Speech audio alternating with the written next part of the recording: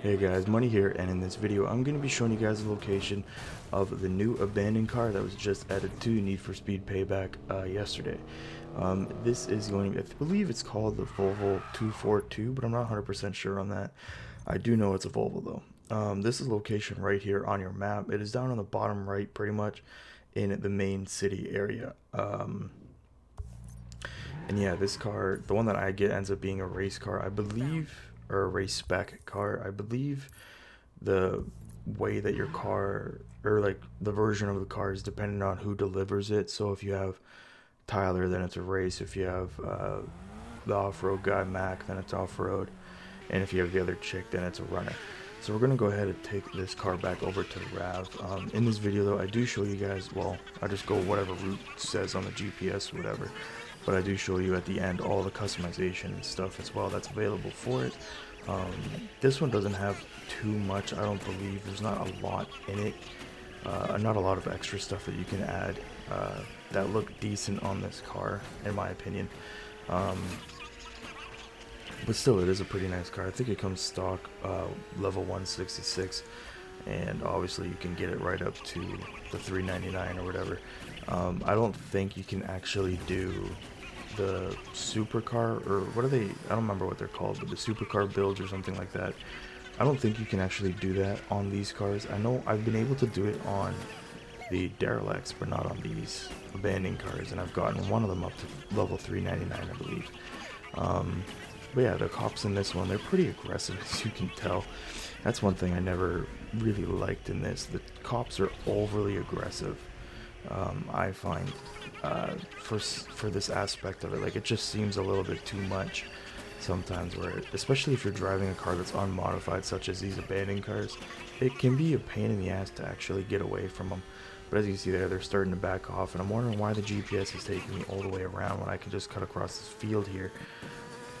Even if this thing isn't a off-road car, it still goes decently fast on the dirt, even on the dirt that's not technically a street, which is nice. But we're almost here, so then we're gonna go ahead and get on with all the customization, which is why this video is a little bit longer. I do dive a little bit deeper into it and like showing some better rims on it and stuff like that. So we're gonna go ahead and get that going here in a second, and then you guys can see what this car will look like fully customized out. I have everything unlocked pretty much, except for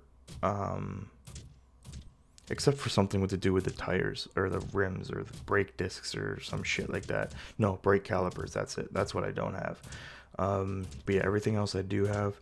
And we're gonna go ahead and pick a hood. I believe I picked that one right there that has a, no, I picked the vent. All right, I'm down, I remember now. And I tried to keep it a little bit more stock looking, because some of the customization options that that they've added to this game, like the ones that have the Ghost logo or the Need for Speed logo, they're like pretty much a universal type part, and they go on a lot of different vehicles, but sometimes they're very goofy on some cars. So that's one reason why I didn't want to put something that looks too crazy on them, because then it would look just a little stupid. Headlights though, I believe this is supposed to be, I have a feeling this is supposed to be like a rally type car maybe. I'm not really sure. I don't know the history of these older Volvos like that, but yeah, so we're gonna go ahead and do the ones with the tape on it. I don't know, I just like the look of that on this specific car. It looks pretty good. And the rims I ended up choosing were a little bit further down. So it's Cosmos, I don't know. These ones I pick on this, and I don't think I show it in the video, but I do end up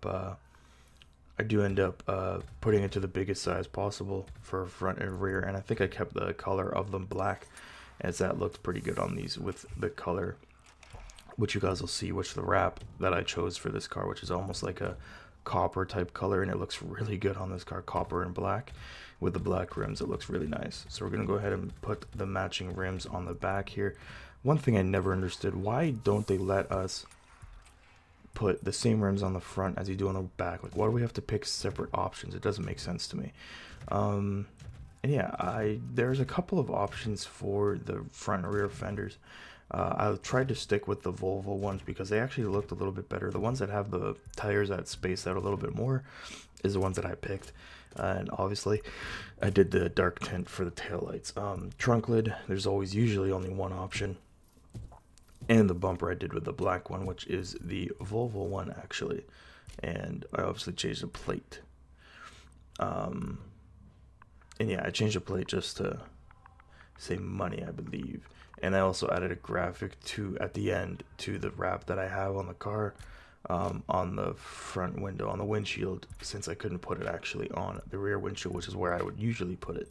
But we're gonna go ahead and do that. Diffuser, there's only one option as well, which actually looks decent on this car. It doesn't look stupid like some of the other ones do.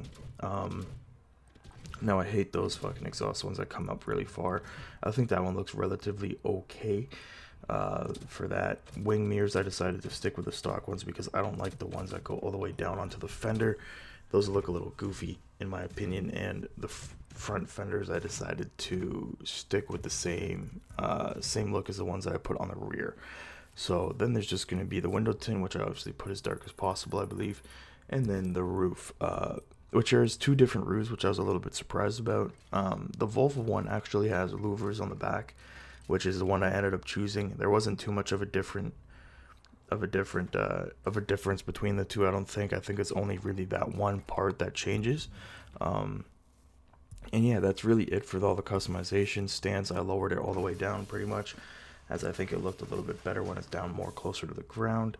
And then the paint and wrap, you guys will see here in my library, I have the one that I put on the RX-7, which is kind of like that copper-ish color with the black going down the middle, which it looks pretty nice on this car, I believe.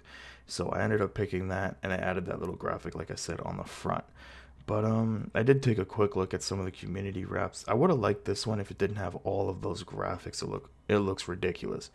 But yeah, that is pretty much it for this video. I do hope you guys enjoy it. I hope you guys enjoy the rest of it. I'm just going to finish up this car, and then yeah, that's really it.